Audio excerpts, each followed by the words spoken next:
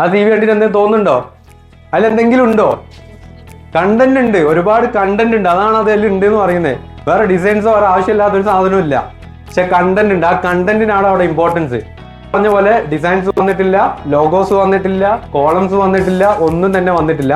പക്ഷേ each and everything എല്ലാം നമുക്ക് അതിൽ വന്നിട്ടുണ്ട്. അതായത് സ്കിൽസ് വന്നിട്ടുണ്ട്, എക്സ്പീരിയൻസ് വന്നിട്ടുണ്ട്, എഡ്യൂക്കേഷൻ വന്നിട്ടുണ്ട്, കോൺടാക്ട് ഡീറ്റെയിൽസ് വന്നിട്ടുണ്ട്, എല്ലാം വന്നിട്ടുണ്ട്. പക്ഷേ ഇതിന്റെ കൂടെ തന്നെ ഒന്ന് ശ്രദ്ധിക്കേണ്ടത്, ആ TV നോക്കിക്കഴിഞ്ഞാൽ നിങ്ങൾക്ക് മനസ്സിലാവും, ഓരോ പോയിന്റിന്റെ അടിയിലും കറക്റ്റ് ആയിട്ട് എക്സ്പ്ലെയിൻ ചെയ്തിട്ടുണ്ട്. ആ പോയിന്റ്സിൽ കറക്റ്റ് ആയിട്ടുള്ള കീവേഡ്സ് എന്താണെന്ന് അറിയോ?